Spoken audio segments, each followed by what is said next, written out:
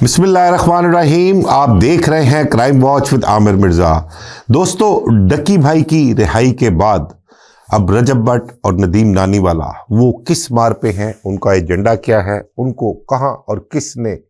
और क्यों इस्तेमाल करना है, इसके हवाले से आपके साथ बात करूंगा। क्योंकि देखें कि डक्की भाई पर जितनी सख्तियां आईं, बहुत तवील अरसा उन्होंने रिमांड में काटा NCCIA की, उसके बाद फिर उसको जेल भिजवा दिया गया और एक बड़ा तमाशा खड़ा हुआ NCCIA के वो अफसरान जिनको मुतल्लक कहा जाता था कि उन्होंने बड़ा काम किया है NCCIA में, बड़े लोगों को उन्होंने फिक्स किया है और बड़े बड़े मतलब तगड़े लोग जो थे उनको उन्होंने हाथ डाला है। ये अपना ओपोनेंट पार्टी है, गवर्नमेंट के ओपोनेंट पार्टी जिनके खिलाफ कार्रवाइयाँ उन्होंने की थी, लेकिन किसी को स्पेयर नहीं किया था। डक्की भाई के मामले में भी यही कुछ हुआ था। डक्की भाई के मामले में ये था कि बहुत सारी सिफारिशें, बहुत सारी चीज़ें उसमें इन्वॉल्व थी, लेकिन NCCI ने किसी को भी खातिर में नहीं लेके आए थे और उन्होंने डक्की भाई को फिक्स किया। फिर उसके बाद एक ट्विस्ट आता है इसमें, NCCI के अफसरान पर करप्शन का ना सिर्फ इल्ज़ाम लगता है बल्कि उन पे इल्ज़ाम जो है वो साबित भी किया जाता है, उनके खिलाफ FIR दर्ज की जाती है, उन्हें कोर्ट में पेश किया जाता है और वो अफसरान जो है अभी तक ज़ेरे अताब हैं, अभी तक वो केस भुगत रहे हैं। अब चंद रोज़ कबल जब डक्की भाई की ज़मानत होती है और ज़मानत होने के बाद फिर वो अपने ऊपर होने वाला तशद्दुद, रिश्वत के मामला, तो जो कुछ भी दौरान तफ्तीश और दौरान रिमांड हुआ वो सारी चीज़ें बयान करते हैं। फिर उसके बाद डक्की भाई की जानिब से एक नारा भी लगाया जाता है और वो नारा किसके हक़ में लगाया जाता है वो आप सब लोग जानते हैं। अब उसके बाद देखें कि रजब भट्ट और नदीम नानीवाला, इनकी पाकिस्तान आमद होती है। पाकिस्तान किस तरह आमद होती है? इंतहाई ड्रामाई अंदाज में आमद होती है इनकी। UK में इनका जो वीज़ा है वो मनसूख करवाया जाता है और कहते हैं कि उनके किसी मुखालिफ ने वहाँ पर कंप्लेन की थी कि इनके ख़िलाफ़ पाकिस्तान में संगीन नौइयत के जो हैं वो मुकदमात दर्ज हैं और इन्होंने UK गवर्नमेंट से वो मुकदमात जो हैं उनकी तफसील को छुपाया, उनको उनके इल्म में नहीं लेके आए, जिसके बाद जो है उनकी इंक्वायरी भी हुई। कई रोज़ तक कहते हैं कि ये मामला चलता रहा और UK की जो गवर्नमेंट है या उनके जो अपना वीज़ा सेक्शन है उनका, उन्होंने इसके मुतल्लक जो है वो सारी इंक्वायरी भी की, मालूमात इनसे भी हासिल की और पाकिस्तानी सफारत खाने की से भी मालूमात हासिल की और फिर उसके बाद इनके वीज़े जो हैं वो मनसूख कर दिए गए। इनके मुतल्लिक़ कहा जा रहा था कि इनको UK गवर्नमेंट ने डिपोर्ट कर दिया है, लेकिन बकौल रजब और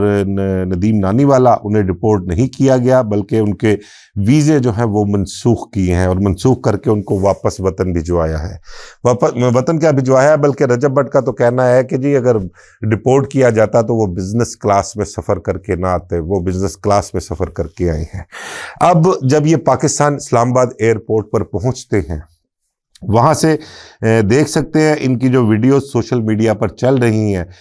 किस तरह से प्रोटोकॉल में इनको वहाँ से निकाला गया, एक हिसार में वहाँ से लेके निकले हैं। हालांकि इनके ख़िलाफ़ मुकदमात दर्ज थे और 295 के गालबन मुकदमात दर्ज हैं और कोई गैम्बलिंग के हवाले से मुकदमात हैं। तो इसके मुतल्लिक बताया ये गया है कि उनके वकला की जानिब से एक दिन की प्रोटेक्टिव बेल जो है वो हासिल की गई थी लाहौर हाई कोर्ट से और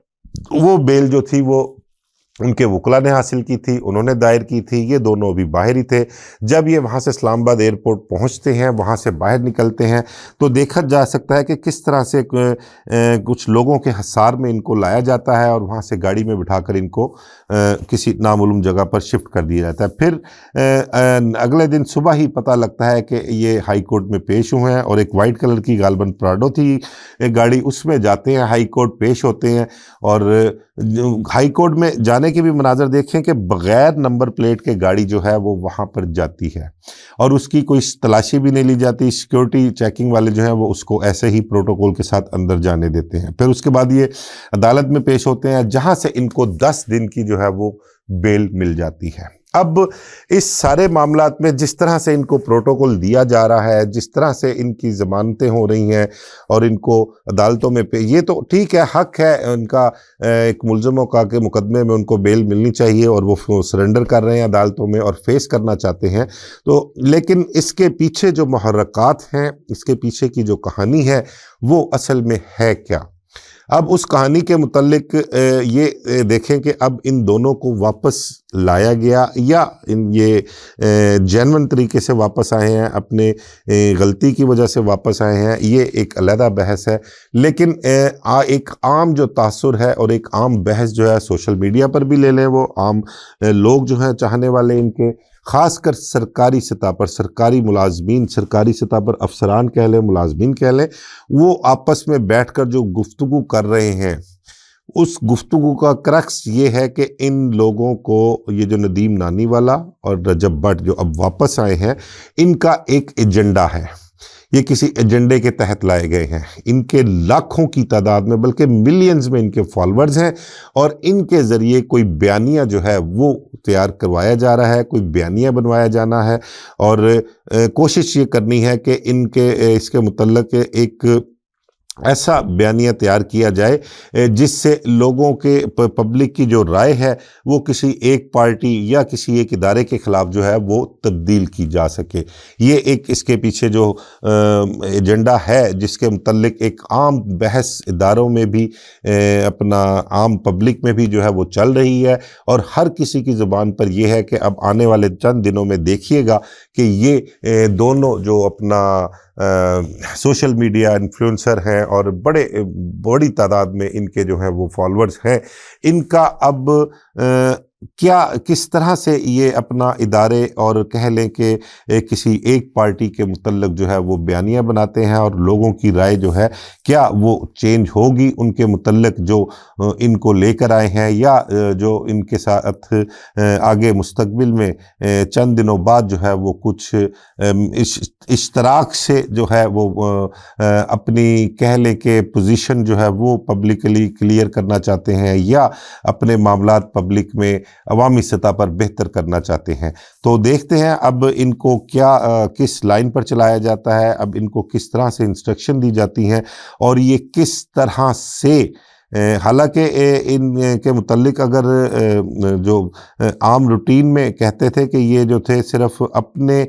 पैसे बनाने के लिए, अपने व्यूज़ के लिए ये ऊंट पटांग, फहाशी, गाल मंदा और टिकटॉक पर लाइव टिकटॉक के ज़रिए सिर्फ पैसों की अर्निंग के लिए जो थे ये अपना काम करते थे सोशल मीडिया पर। लेकिन अब इनको बहुत टफ टाइम मिलने वाला है। अब इनके ज़िम्मे जो असाइनमेंट लगनी है उसके मुतल्लिक ये कहा जाता है कि वो असाइनमेंट बहुत ही सख्त है।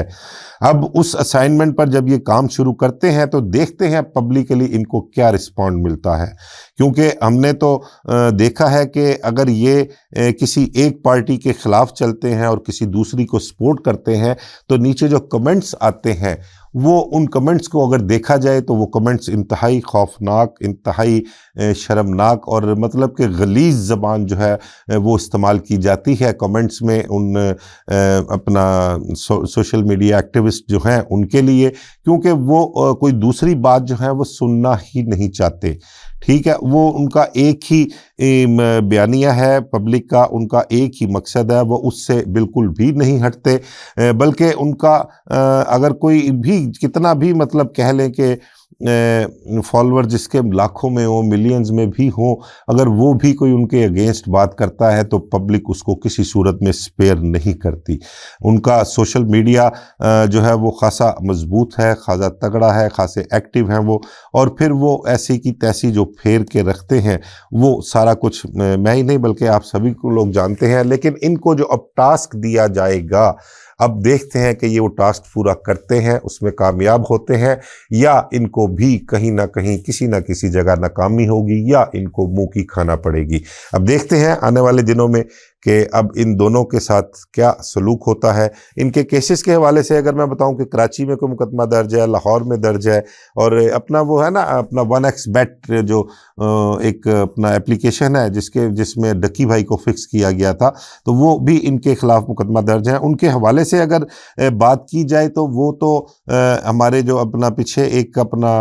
टूर्नामेंट हुआ था क्रिकेट का, उसमें टीवी के ऊपर दिखा रहे हैं, उसमें जो हमारे प्लेयर्स थे उन्होंने वो टी शर्ट जो थी वो पहनी हुई थी, ये जो अपना किट थी उस पर भी 1xBet का जो था वो अपना उसको प्रमोट किया जा रहा था, एडवर्टाइजमेंट उसकी हो रही थी। फिर बाउंड्री जो लगी हुई थी क्रिकेट स्टेडियम में उस पर भी बार बार 1xBet का जो दिखाते थे, तो प्रमोशन तो उन्होंने भी बड़ी की है और सरकारी सतह पर प्रमोशन हुई थी। तो इसमें डकी भाई को या इनको फिक्स करने का मतलब क्या है? अब हर चीज़ के पीछे ना कोई कहानी होती है। ये लोग कोई आम लोग नहीं हैं, ये लोग ऐसे हैं कि ये